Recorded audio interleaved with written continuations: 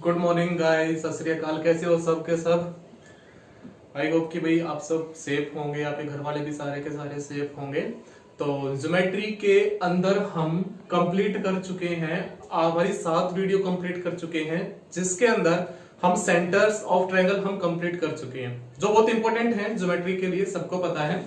तो जिन्होंने मेरी पिछले वाली वीडियो नहीं देखी है तो वो पीछे वाली वीडियो जरूर देखें, और एक बार अपना जो पीछे जितनी वीडियो बनी है सबको ध्यान से देखेंगे, एक एक चीज को नोट डाउन करेंगे, तभी चीजें आगे समझ में आएंगी। अब मैं जब आगे जो बढ़ने जा रहा हूं, आज हम करेंगे सिमिलरिटी, कॉन्ग्रुएंसी, ये सब हम करने जा रहे हैं। तो ये सब यहां तक पहुंचने के लिए हमने जितना भी सफर तय किया है उनको एक बार जरूर देखिएगा पीछे से। अब बात करते हैं हम कॉन्ग्रुएंसी की, तो जिससे सारी की सारी चीजें प्रूव होती हैं कॉन्ग्रुएंसी सिमिलरिटी से, उसको हम करने जा रहे हैं। तो हमने सारे के सारे 4 सेंटर कंप्लीट कर लिए थे। एक चीज और है, छोटी सी मैं बता देता हूं आपको। हम स्टार्ट करते हैं, ज्यादा टाइम वेस्ट नहीं करते, स्टार्ट करते हैं। एक छोटी सी चीज है, ध्यान से देखिए। Distance between in centre, distance between in centre and circum centre, distance between in centre and circum centre. Circum centre और इन सेंटर के बीच में डिस्टेंस जो है वो हमें निकालनी है। तो डायरेक्ट इस पे क्वेश्चन पूछा जाता है, तो डिस्टेंस कैसे निकालते हैं? तो ध्यान दीजिए आप, डिस्टेंस निकाली जाती है आपके पास r² - 2 छोटा r बड़ा r, और जो ये पूरे का स्क्वायर रूट। अब जो छोटा r है आपके पास, ये क्या है और बड़ा r क्या है? सबको पता है। छोटा r तो है आपके पास सर्कम रेडियस, ठीक है। छोटा क्या है? सर्कम रेडियस, सॉरी बड़ा r जो है वो है सर्कम रेडियस, और छोटा r जो है वो है आपके पास इन रेडियस, ठीक है भाई। छोटा r जो है वो है इन रेडियस, और बड़ा r जो है वो क्या है? Circum radius. डायरेक्ट एसएससी में इस पे क्वेश्चन पूछे जाते हैं आपके पास। छोटी r बड़ी r दे देंगे, मान लीजिए इसने छोटी r आपके पास दे दी 7, और बड़ी r आपके पास दे दी इसने, बड़ी r आपके पास, सॉरी बड़ी r इसने 7 दे दी, और छोटी r आपके पास कुछ भी ले लीजिए, मान लीजिए इसने 3 दे दिया आपको, ठीक है भाई। तो इसमें से अगर मैं इसको निकालना चाहूं तो कैसे निकलेगा? 7 का स्क्वायर, 7 का स्क्वायर कितना हो जाएगा भाई? 49, माइनस छोटी r कितनी है? 3 है, 3 2 जा 6, 6 को 7 से मल्टीप्लाई करोगे तो कितना हो जाएगा? 42। तो 49 में से 42 को माइनस करोगे तो क्या आ जाएगा? √7। ये डिस्टेंस निकल के आ जाएगी किसके बीच की? इन सेंटर और सर्कम सेंटर के बीच की। कई बार इसमें रेशियो भी पूछ लेता है आपके पास। भाई आपसे रेशियो पूछ लिया कि सर्कम रेडियस और इन रेडियस के बीच का रेशियो क्या होगा, साइड आपके पास गिवन कर दे। तो मैंने आपको सारी चीजें बता रखी हैं कि भाई सर्कम रेडियस कैसे निकलती है। मैंने बताया था जितनी भी आपकी साइड है उनकी मल्टीप्लाई कर दो, और 4 टाइम्स कर दो किसका? 4 टाइम्स करोगे जो एरिया ऑफ ट्रायंगल है उसका, एरिया ऑफ ट्रायंगल उसका 4 टाइम्स करोगे तो सर्कम रेडियस आएगी निकल के। और इन रेडियस की हमने बात की थी, तो जो आपके पास एरिया होता है ट्रायंगल का, उसको डिवाइड करेंगे सेमी पेरीमीटर से, तो ये इन रेडियस निकालते हैं। अगर हमारे पास साइड गिवन है तो रेडियस और इन रेडियस निकाल के भी हम क्या करेंगे? उसका रेशियो निकाल देंगे, ठीक है भाई। तो यहां तक आप चीज ध्यान दीजिएगा, इस पे डायरेक्ट क्वेश्चन आता है। अब हम स्टार्ट करने जा रहे हैं कॉन्ग्रुएंसी। कॉन्ग्रुएंसी क्या होती है वो हम स्टार्ट कर रहे हैं, तो ध्यान से देखिए कॉन्ग्रुएंसी क्या होती है। अब हम स्टार्ट करेंगे कॉन्ग्रुएंसी, जो सारे के सारी चीजें जिससे प्रूव होती है, कॉन्ग्रुएंसी और सिमिलरिटी से तकरीबन चीजें प्रूव होती हैं, उसको हम करने जा रहे हैं। तो ध्यान से देखिए कॉन्ग्रुएंसी होता क्या है, सिमिलरिटी होती क्या है। अब तक हम बात कर रहे थे सिर्फ और सिर्फ एक ट्रायंगल की। अब तक हम बात कर रहे थे सिर्फ और सिर्फ एक ट्रायंगल की। बट अगर कॉन्ग्रुएंसी और सिमिलरिटी की बात करें तो एक ऐसी ही बिल्कुल सेम ऐसी ही एक और हमें क्या लेनी पड़ेगी? ट्रायंगल। तो 2 ट्रायंगल के बीच में कॉन्ग्रुएंसी और सिमिलरिटी देखी जाती है। मान लीजिए ये ट्रायंगल एबीसी है और ये ट्रायंगल आपके पास डीईएफ है। आप डाल लीजिए यहां पे कॉन्ग्रुएंसी,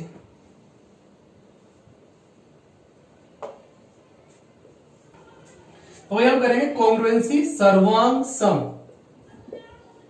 क्या करेंगे? सर्वांग सम। हेडिंग डाल लीजिए सर्वांग सम क्या होता है। तो मैं आपको छोटी सी बात बता देता हूं। जितनी भी इसकी कोरस्पॉन्डिंग साइड है, जिसकी भी कोरस्पॉन्डिंग साइड है, ऑल कोरस्पॉन्डिंग साइड या पॉइंट, जितने भी इसमें पॉइंट होते हैं, तो वो सारे के सारे क्या होंगे, इक्वल होंगे। All corresponding point are equal. Congruency का मतलब क्या होता है, जिसकी सारी साइड, सारे एंगल, सारे के सारे बराबर होंगे। जैसे मैं कहूं भाई ये ए बी साइड है, ये इक्वल होगी डीई के, इसकी कोरस्पॉन्डिंग कौन सी है, डी है। एसी के कोरस्पॉन्डिंग कौन सी है, डीएफ है। तो एसी, जो एसी है वो बराबर होगा किसके, एसी बराबर होगा किसके, डीएफ के। ठीक है भाई। उसी तरह बात करें बीसी बराबर किसके होगा, ईएफ के बराबर होगा। उसी तरह हम बात करें एंगल ए बराबर किसके होगा, एंगल डी के। ठीक है। एंगल बी बराबर किसके होगा, एंगल ई के। एंगल सी बराबर किसके होगा, एंगल एफ के। ठीक है। ये सारे के सारे पॉइंट, इसमें इनका एरिया ले लीजिए, इनका पेरीमीटर ले लीजिए। मैंने कहा भाई इसका पेरीमीटर इक्वल होगा दूसरे के पेरीमीटर के, इसकी मीडियन इक्वल होगी दूसरी की मीडियन के, इसका एरिया इक्वल होगा दूसरे के एरिया के, इसकी हाइट इक्वल होगी दूसरे की हाइट के, इसका सेमी पेरीमीटर इक्वल होगा दूसरे के सेमी पेरीमीटर से। सारी चीजें जब इक्वल होंगी तो ये क्या होंगी, कॉन्ग्रुएंसी होगी। बट मेरे को एक बात ये समझ में नहीं आती, क्या आपके पास ये 6 के 6 पॉइंट भाई साइड और एंगल हमें दिखते हैं, अगर ये 6 के 6 पॉइंट आपके इक्वल होंगे तो क्या तभी वो कॉन्ग्रुएंस हो सकती है? क्या हमारे पास 5 पॉइंट हो तब हम कॉन्ग्रुएंस नहीं बता सकते, या 4 पॉइंट हो तब कॉन्ग्रुएंस नहीं बता सकते, या 3 पॉइंट हो तब हम कॉन्ग्रुएंस नहीं बता सकते? तो कॉन्ग्रुएंसी बताने के लिए इतनी चीजों की जरूरत हमें नहीं है। तो कॉन्ग्रुएंस बताने के लिए कुछ पॉइंट है जो फिक्स है, उसी को हमें करना है। ठीक है। तो सबसे पहला जो पॉइंट है, मैं इसको रफ कर देता हूं एक बार। सबसे पहला जो पॉइंट है, तो देखिए एक बात मैं आपको बता देता हूं, कॉन्ग्रुएंसी प्रूव करने के लिए कम से कम 3 पॉइंट आपको पता होने चाहिए, कम से कम 3 पॉइंट आपको पता होने चाहिए। ठीक है। तो 3 पॉइंट अगर मुझे पता है भाई, तो क्या वो कॉन्ग्रुएंसी प्रूव हो सकती है? ठीक है। तो मुझे मान लीजिए भाई ये पता है, ये एंगल पता है, ये 30 डिग्री है, ये एंगल पता है मुझे, ये 50 डिग्री है। ठीक है। और ये एंगल, ये मेरे पास पता है मुझे 70 डिग्री है, और ये एंगल मुझे पता है 80 डिग्री है मेरे पास। ठीक है। तो क्या ये दोनों कॉन्ग्रुएंसी होगी? भाई मैंने कहा ये भी आपके पास 30 डिग्री हो गया, ये भी आपके पास 70 डिग्री हो गया, और ये भी 80 डिग्री हो गया। क्या ये कॉन्ग्रुएंस होगी? कॉन्ग्रुएंस का मतलब ये होता है कि ये वाली जो ट्रायंगल है इसको बिल्कुल ढक दे, इसको बिल्कुल ढक दे, कुछ बिल्कुल सेम हो। ये कॉन्ग्रुएंसी का मतलब ये होता है, ये कॉन्ग्रुएंसी का सिंबल होता है आपके पास। ठीक है। ये कॉन्ग्रुएंसी का सिंबल होता है। तो क्या ये आपके पास कॉन्ग्रुएंट होंगी? नहीं होंगी। तो मैं कहूंगा भाई कि A B C, triangle A B C congruent नहीं होंगी किसके, डी ई एफ के। क्यों नहीं होंगी? मैं आपको छोटी सी बात बता देता हूं। तो मैंने कहा भी ये 30 है, ये 70 है, ये 80 डिग्री है आपके पास। ठीक है। तो ये ट्रायंगल है, क्या इसको मैं थोड़ा सा बड़ा नहीं बना सकता? अब भी तो एंगल पे कोई फर्क नहीं पड़ने वाला ना, ये भी 70 डिग्री हो गया, और ये भी कितना हो गया आपके पास, 80 डिग्री हो गया। तो ये तो इससे बड़ी होगी। तो कुछ पॉइंट है, कुछ पॉइंट फिक्स है जो ये बताएंगे कि ये चीज कॉन्ग्रुएंसी है कि नहीं है। तो ध्यान दीजिए एक बार इस पे। जैसे मैंने यहां पे लिया आपसे, पहला जो पॉइंट है इसके अंदर, पहला पॉइंट है इसके अंदर सास। पहला पॉइंट क्या है इसके अंदर, सास।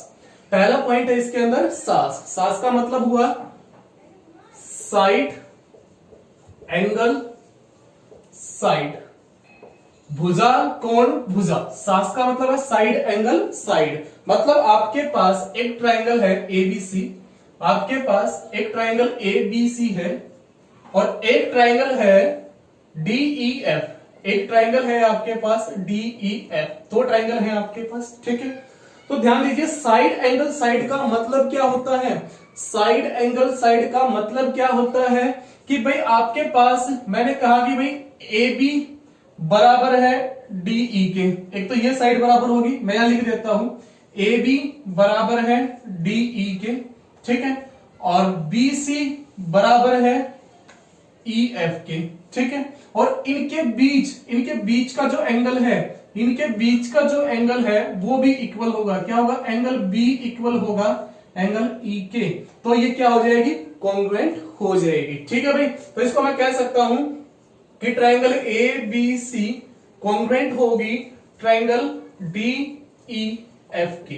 तो ए बी सी कॉन्ग्रुएंट हो जाएगी डी ई एफ के। तो जरूरी ये है कि भाई जो भी हम दोनों साइड लेंगे ना, तो उनके बीच का जो एंगल होगा, उनके बीच का जो एंगल होगा वो आपका इक्वल होना चाहिए। अगर मैं इसी के अंदर बात करूं, इसी के अंदर अगर मैं बात करूं, आपके पास भाई ये साइड और ये साइड इक्वल होगी और ये एंगल इक्वल हो गया, तो ये दोनों साइड जो है आपके पास, ये साइड ए बी इक्वल है डी ई के, बी सी इक्वल है ई एफ के, बट इनके बीच का तो एंगल ये है ना, और इक्वल दीजिए ये वाला एंगल, तो ये क्या होंगे, कॉन्ग्रुएंट नहीं होंगी। तो मतलब जो दो साइड हैं उनके बीच का ही एंगल क्या होना चाहिए आपके पास, कॉन्ग्रुएंट होना चाहिए, जो इक्वल है होना चाहिए। तो अगर मैं बात ये करूं इसमें, जैसे मैं समझाना चाहूंगा आपको पर अच्छे समझ में आ जाएगा, मैं कहूं triangle A B C, triangle A B C के अंदर मैं बात करूं ए बी इक्वल है किसके, डी ई के, ठीक है, और ए सी इक्वल है किसके, डी एफ के। ध्यान दीजिएगा इस पे, ए बी इक्वल है डी ई के, ए सी इक्वल है डी एफ के। तो ये वाली साइड और ये वाली साइड यही तो बराबर है, और इसने दे दिया कि एंगल बी बराबर है एंगल ई के, तो ये वाला एंगल उसने बराबर दे दिया। तो मेरे को एक बात बताइए आप, साइड तो ये दोनों इक्वल है, एंगल ये बराबर दे दिया, तो मैंने ये कहा जो दोनों साइड इक्वल होंगे उनके बीच का एंगल होना चाहिए, तो उनके बीच का एंगल तो ये होगा ना, तो ये इक्वल होना चाहिए था, बट इसने ये इक्वल दे दिया, तो क्या ये कॉन्ग्रुएंट बन पाएगी, तो ये कॉन्ग्रुएंट नहीं होगी। तो मैं कह सकता हूं कि triangle A B C congruent नहीं होगी किसके, ट्रायंगल डी ई एफ के। बात आ गई समझ में यहाँ पे, तो इस बात पे थोड़ा सा अच्छे से ध्यान दीजिएगा। चलिए हम आगे चलते हैं। एक बार पहली प्रॉपर्टी ये, अच्छा ऐसा क्यों हुआ मैं बता देता हूं एक बार आपको, ऐसा क्यों हुआ कि भी आपका बीच का एंगल ही आपको एक जो है लेना चाहिए, ऐसा क्यों होगा कि आपका एक एंगल इक्वल होना चाहिए, तो ऐसा क्यों हुआ मैं आपको बता देता हूं। ठीक है भाई, मैंने कहा आपके पास एक ये ट्रायंगल है ए बी सी, ठीक है, ये मैं ले लेता हूं 4 और या मैं ले लेता हूं इसको 7, इसको मैंने 7 ले लिया, ठीक है, और ये मैंने ले लिया यहाँ पे 3, ठीक है, ये मैंने ले लिया यहाँ पे 3 हो गया, ठीक है। अब यहाँ पे एक चीज देखिए, ये 3 को तो मैं, इस 3 को मैं ऐसे भी तो बना सकता था, 3 तो ऐसे भी तो हो सकता है, तो डिपेंड करता है एंगल के ऊपर, डिपेंड करता है इस एंगल के ऊपर कि भाई अगर सेम ऐसे ही बनानी है तो ये एंगल भी सेम होना चाहिए आपके पास। ये दो साइड इक्वल है तो यहाँ भी दोनों साइड वो इक्वल होनी चाहिए, तभी आपके पास एंगल जो है बीच का सेम हो पाएगा। इस एंगल का पूरा रोल है यहाँ पे, तो इनके बीच का एंगल जो है वो इक्वल होना चाहिए। ठीक है भाई, तो ध्यान रखना है पहली प्रॉपर्टी जो है वो सास की है, साइड एंगल साइड, जो दो साइड लेंगे उनके बीच का एंगल आपके पास क्या होना चाहिए, सेम होना चाहिए। जैसे वो कॉन्ग्रुएंसी हो जाएगी तो उसकी सारी की सारी साइड, सारे एंगल, सारा एरिया सब कुछ इक्वल हो जाएगा आपके पास। ठीक है भाई, चलिए दूसरी पे हम चले, तो दूसरी जो है आपके पास, उसमें अगर हम बात करें तो दूसरी है यहाँ पे आस। दूसरी क्या है भाई आपके पास, सेकंड प्रॉपर्टी है आस। आस का मतलब एंगल एंगल साइड, क्या हो जाएगा भाई, एंगल एंगल साइड। ये सेकंड प्रॉपर्टी है आपकी, एंगल एंगल साइड, कोण कोण भुजा, मतलब ये हुआ कोई भी दो एंगल और एक साइड अगर बराबर हो तो वो क्या हो जाएंगे, इक्वल हो जाएंगे। ठीक है, मतलब आपके पास क्या हो जाएगा, कॉन्ग्रुएंस हो जाएगी। मैंने कहा ट्रायंगल ए बी सी, मैंने कहा ट्रायंगल ए बी सी, और एक मैं ट्रायंगल ले लेता हूं डी ई एफ। एक मैंने ट्रायंगल ले ली डी ई एफ, एक तो ट्रायंगल ए बी सी मैंने ले ली और एक डी ई एफ ले ली। मैंने कहा आपके पास ये एंगल 30 डिग्री है और ये एंगल भी 30 डिग्री है, ये एंगल आपके पास 70 डिग्री है और ये एंगल भी आपके पास 70 डिग्री है। दो एंगल बराबर हो गए और मैंने कहा आपके पास ये साइड क्या है, इक्वल होगी एक, तो दो एंगल इक्वल हो गया और एक साइड इक्वल होगी। तो मैं इसमें कह सकता हूं कि ट्रायंगल ए बी सी सर्वांग होगी किसके, ट्रायंगल डी ई एफ के। अब एक बात ध्यान में ये जरूर रखना आप यहाँ पे, ए बी सी जो है वो सर्वांग होगी डी ई एफ के। क्यों होगी, क्योंकि इसमें जो है एंगल ए इक्वल हो गया किसके, एंगल डी के, और एंगल बी जो है वो इक्वल हो गया एंगल ई के, कोरस्पॉन्डिंग एंगल इक्वल हो गया आपके पास। और एक साइड जो है, कोरस्पॉन्डिंग साइड जो है ए बी इक्वल होगा डीई के। मैंने कहा कोरस्पॉन्डिंग आपकी इक्वल होनी चाहिए, चाहे कुछ भी लीजिए आपको कोरस्पॉन्डिंग होनी चाहिए। ए बी ये अगर 3 है तो यहाँ पे डीई ही, ये इसकी कोरस्पॉन्डिंग वाली ही 3 होनी चाहिए। अगर ये 3 होगी तो वो तो आपकी समांसम नहीं हो पाएगी, ठीक है, कोरस्पॉन्डिंग ही इक्वल होनी चाहिए। तो ये एंगल साइड से क्या हो जाएगा, कॉन्ग्रुएंट हो जाएगा। अब क्या जरूरी है कि जो दो एंगल लें वही हम साइड लें, जिसके दो एंगल लें क्या उन्हीं के बीच की साइड लेना जरूरी है? ऐसा कुछ भी नहीं है, ऐसा कुछ भी नहीं है बिल्कुल भी। आप कोई भी साइड ले सकते हो इसमें, ठीक है, चाहे आपके पास ये साइड इक्वल हो चाहे ये साइड इक्वल हो, तीनों में से कोई भी साइड आपके पास इक्वल हो तो वो आस के प्रॉपर्टी से कॉन्ग्रुएंट हो जाएगी आपके पास, ठीक है भाई। तो ध्यान रखना इसके बाद, ये बहुत इंपॉर्टेंट चीजें हैं आपकी, इसमें हम कॉन्ग्रुएंट प्रूव कर रहे हैं यहाँ पे, ठीक है भाई। चलिए, क्योंकि भाई दो एंगल बराबर है तो तीसरा तो अपने आप ही बराबर हो जाएगा, ठीक है ना, तो तीसरा तो क्या हो जाएगा, अपने आप ही बराबर हो जाएगा। तो ध्यान दीजिएगा इस चीज पे, ठीक है भाई। चलिए अब हम आगे चलते हैं, इसमें आगे देखते हैं। इसमें दो प्रॉपर्टी हमारी होगी, एक तो हमें सास से, तो सास वाली प्रॉपर्टी में जो दो साइड के बीच में जो एंगल होगा वही इक्वल होना चाहिए, और आस वाले में कोई भी दो एंगल इक्वल होने चाहिए, कोरस्पॉन्डिंग साइड कोई भी इक्वल हो सकती है उसमें, ये ध्यान रखना। तीसरा जो है, तीसरी जो प्रॉपर्टी है वो है एस एस एस, क्या हो जाएगा, साइड साइड साइड, ठीक है भाई। तीनों साइड बराबर है तो वो कॉन्ग्रुएंट हो ही जाएगी आपके पास। जब तीनों ही साइड बराबर होगी तो बिल्कुल एक दूसरे को ढक देंगी, एंगल चाहे वो कितने भी बना रहे आपके पास, ठीक है भाई। तीनों साइड बराबर है, जैसे मैंने कहा ट्राइंगल ए बी सी है आपके पास, एक ट्राइंगल ए बी सी है और एक ट्राइंगल है डी ई एफ है आपके पास, एक ट्राइंगल डी ई एफ है। इसकी ये साइड इसके बराबर, ये साइड इसके बराबर और ये साइड इसके बराबर। जब तीनों साइड बराबर होगी तो अपने आप ही ढक देगी उसको, तो जब इसको ढकी देगी बिल्कुल, तो मैं कह सकता हूं कि triangle A B C congruent होगी ट्राइंगल डी ई एफ के। क्यों?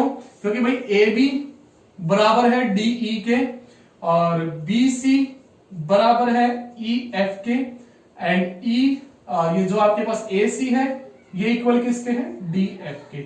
तो ये सास प्रॉपर्टी से, sorry S S S property से क्या हो जाएगी, कॉन्ग्रुएंट हो जाएगी, ठीक है। तो इस पे बस इतना ही ध्यान रखना है आपको। इसके बाद जो फोर्थ है आपके पास, उसके बारे में बता देता हूं। इसके बाद जो नेक्स्ट है, फोर्थ है आपके पास, उसमें देखिए फोर्थ वाली में क्या है, आर एच एस। फोर्थ वाली में क्या है भाई आपके पास, आर एच एस, ये इंपॉर्टेंट भी है, आर एच एस, ठीक है भाई। राइट एंगल वाली, ठीक है भाई। आर का मतलब क्या, राइट एंगल हाइपोटेनियस साइड, ठीक है, नाम से सारी चीज पता चल जाती है।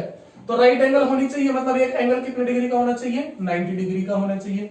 ये ट्राइंगल एबीसी है, मैंने मान लिया ये ट्राइंगल ए बी सी है, और एक ट्राइंगल जो है वो क्या है, डी ई एफ है, ठीक है। दो ट्राइंगल है तो एक तो राइट एंगल होना चाहिए, आर से क्या होगा, राइट एंगल। एक तो क्या होना चाहिए आपके पास, राइट एंगल होना चाहिए, ठीक है भाई। और क्या है, एच का मतलब हाइपोटेनियस, हाइपोटेनियस उसका बराबर होना चाहिए। और क्या है, एक साइड, इन दोनों में से कोई भी एक साइड क्या होनी चाहिए, इक्वल होनी चाहिए। या तो ये हो सकती है या फिर ये हो सकती है आपके पास, दोनों में से एक साइड क्या होनी चाहिए, इक्वल होनी चाहिए। तो मैं कहूं आपके पास इसमें क्या हो जाएगा भाई, ए बी जो है वो बराबर मान लिया मैंने किसके है, डीई के। ये तो एक साइड बराबर होगी, और एक हाइपोटेनियस बराबर हो गया। एसी किसके बराबर हो जाएगा, एसी बराबर किसके हो जाएगा, डी एफ के बराबर हो जाएगा। और एक एंगल बराबर हो गया आपके पास, एंगल बी किसके बराबर हो गया, एंगल ई के। वैसे तो ये ध्यान से देखा जाए तो हमारे पास ये साइड एंगल साइड से भी आपके पास क्या हो जाएगा, साइड एंगल साइड से भी ये आपके पास क्या हो जाएगा, कॉन्ग्रुएंट हो जाएगा, ठीक है भाई। तो ध्यान दीजिएगा इस चीज के ऊपर, साइड या तो ये वाली बराबर हो या ये वाली बराबर हो, दोनों में से कोई भी एक साइड बराबर हो तो वो ये आर एच से क्या हो जाएगा आपके पास, कॉन्ग्रुएंट हो जाएगा। और कॉन्ग्रुएंट हो जाएगा तो मैं कह सकता हूं भाई कि triangle A B C, triangle A B C congruent हो जाएगी किसके, ट्रायंगल DEF के कॉन्ग्रुएंट किसके हो जाएगा भाई, ट्रायंगल DEF के बराबर हो जाएगी। ठीक है भाई, क्योंकि देखिए मैं साइड से भी इसको प्रूव कर सकता हूं। मान लीजिए देखो ये दोनों तो बराबर हो ही गए आपके पास, ये मैंने मान लिया ये x है, ठीक है, ये x है और इसको मैं y मान लेता हूं, ये दोनों साइड बराबर हो गई, यहाँ पे ये दोनों साइड बराबर होगी। तो मेरे को इस बात बताइए आपके पास ये वाली जो साइड होगी वो क्या होगी, ये वाली साइड हो जाएगी x square minus y square. Pythagoras theorem से अगर मैं इसको करूं तो ये क्या हो जाएगी x square minus y square. उसी तरह ये भी क्या होगी x square minus y square. तो यहाँ पे देखिए तीनों साइड भी इसकी बराबर हो चुकी हैं, तो तीनों साइड एस से भी यह क्या हो जाएगी कॉन्ग्रुएंट हो जाएगी। तीनों साइड भी इसकी बराबर होगी तो ये कॉन्ग्रुएंट हो जाएगी आपके पास। ठीक है भाई, तो ये 4 पॉइंट थे आपके पास कॉन्ग्रुएंसी प्रूव करने के। अब हम एक बात करते हैं, अब तक हमने बातें की थी, अब हम इंप्लीमेशन करते हैं, इंप्लीमेंट करते हैं इसके अंदर थोड़ा सा। अब तक हमने बातें की थी कि भाई कोई भी एक आपके पास ट्रायंगल है, स्केलन ट्रायंगल के ऊपर हमने बात की है, चारों सेंटर हमने जो है स्केलन ट्रायंगल के ऊपर प्रूव किए हैं अभी तक। ठीक है, जितने भी स्केलन ट्रायंगल है उसी में हमने पता किया कि सेंटर्स कहां पे होते हैं ट्रायंगल के।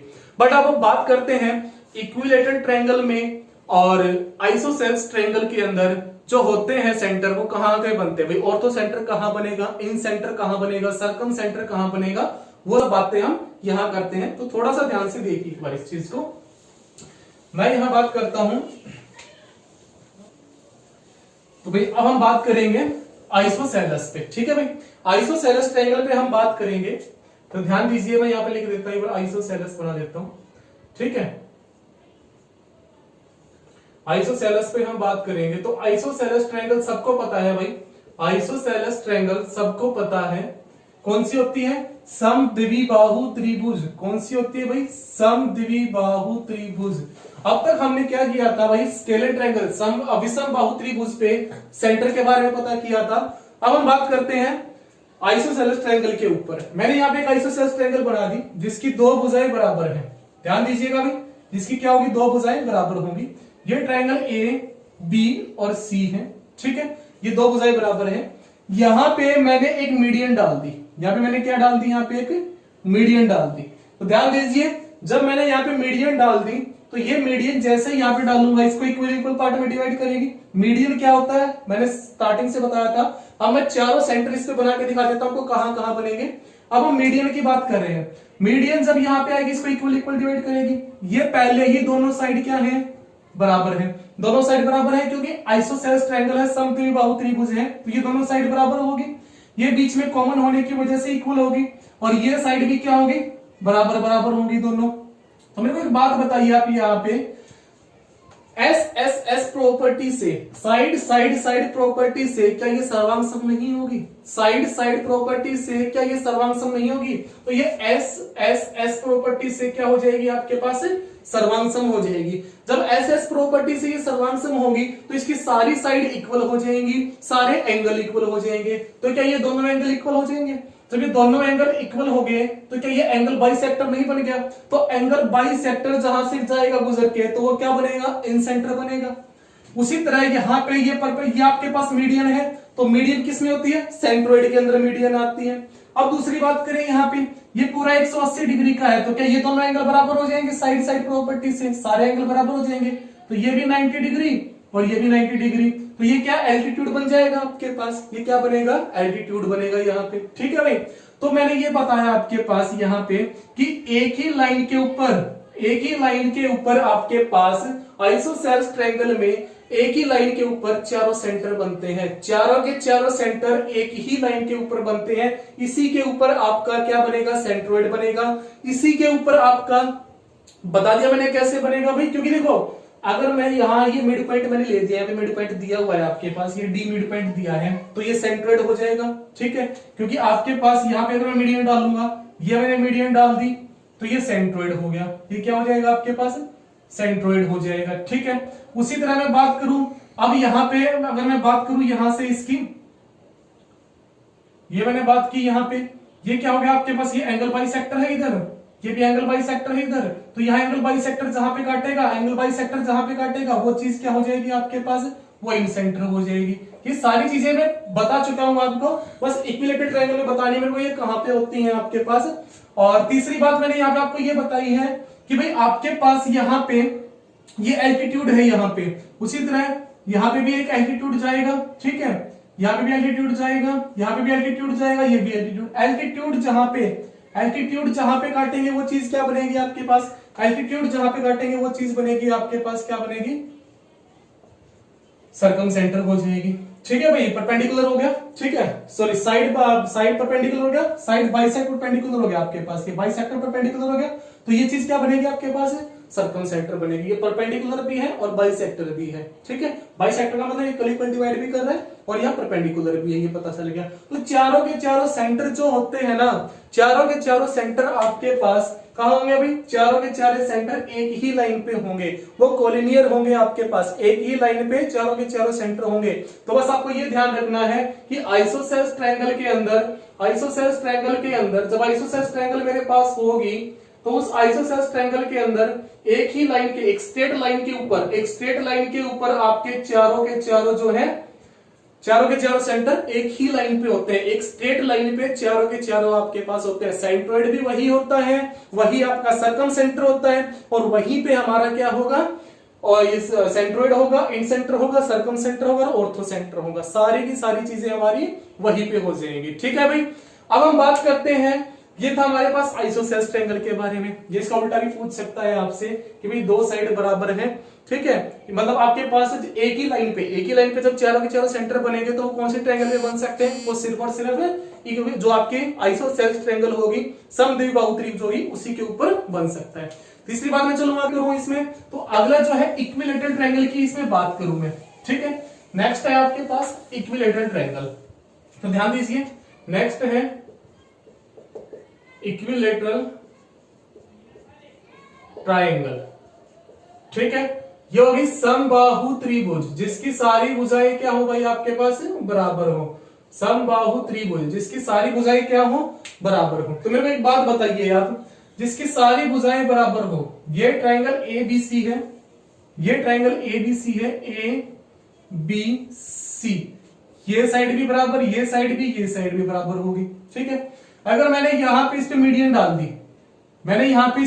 डाल दी, तो ध्यान दीजिएगा एक बार, यहाँ पे ये दोनों साइड बराबर है, तो यहाँ पे मैंने मीडियन डाल दी, तो यहाँ पे क्या बनेगा आपके पास, इस पॉइंट पे क्या बनेगा आपके पास, इस पॉइंट पे सेंट्रोइड बन जाएगा, ठीक है। इस पॉइंट पे क्या बनेगा, सेंट्रोइड, क्योंकि यहां से भी जब काट के जाएगी जो मीडियन होगी, इस पे जो मीडियन यहाँ पे जाएगी वो चीज क्या होगी, सेंट्रोइड होगी, ठीक है। अब ये दोनों साइड भी तो इक्वल है ना, ये दोनों साइड भी तो इक्वल है, ये दोनों जब साइड इक्वल है तो यहीं पे चाहे ये दोनों साइड ले लीजिए, चाहे ये दोनों साइड ले लीजिए, कोई सी भी ले लीजिए आपके पास, तो सारी की सारी इसी पॉइंट से पास होके जाएंगी ना। तो जितनी भी है आपके पास एल्टीट्यूड वाली है, सारी की सारी जो है यहीं से पास होके जाएंगी। तो ध्यान दीजिएगा आपके पास कि भाई इस पॉइंट पे सारी इसी पॉइंट से जाएंगी, इसी पॉइंट पे आपका इक्विलैटरल ट्रायंगल में एक ही पॉइंट पे आपका सेंट्रोइड बनता है, एक ही पॉइंट पे आपका सर्कम सेंटर बनता है, ठीक है, एक ही पॉइंट पे आपका इन सेंटर बनेगा, और एक ही पॉइंट पे आपका क्या बनेगा, ऑर्थो सेंटर। तो ये चारों के चारों जो सेंटर हैं वो एक ही पॉइंट पे आपके बनते हैं, किसमें, इक्विलैटरल ट्रायंगल के अंदर, समबाहु त्रिभुज के अंदर। तो भाई कॉन्ग्रुएंसी इतना मेन टॉपिक तो नहीं था जिससे ज्यादा क्वेश्चन पूछे जाते हैं, ये छोटी छोटी बातें थी कॉन्ग्रुएंसी के लिए। तो कई बार क्वेश्चन पूछ लेता है ऑप्शन देके कि भाई ये कॉन्ग्रुएंट होगा कि नहीं होगा, तो अगर इन बातों को हमें पता है तो हम इजीली इसको बता देंगे। बाकी नेक्स्ट जो टॉपिक होगा वो होगा हमारा सिमिलरिटी का। तो सिमिलरिटी को बहुत अच्छे से करना है, उसको हमें ध्यान से करना है, उसमें काफी सारी प्रॉपर्टी यूज होती है आपकी। तो नेक्स्ट टॉपिक हमारा सिमिलरिटी होगा, उसको हम नेक्स्ट क्लास में करेंगे। आज कॉन्ग्रुएंसी का बस आपको इतना ही करना है। अगर कोई भी चीज समझ में ना आए, इसमें से कोई चीज आपको उसमें प्रूव करके दिखवानी हो तो आप इनको कमेंट करके लिख के बता सकते हो, सारी चीजें मैं आपको करवा दूंगा। ठीक है भाई, चलिए धन्यवाद।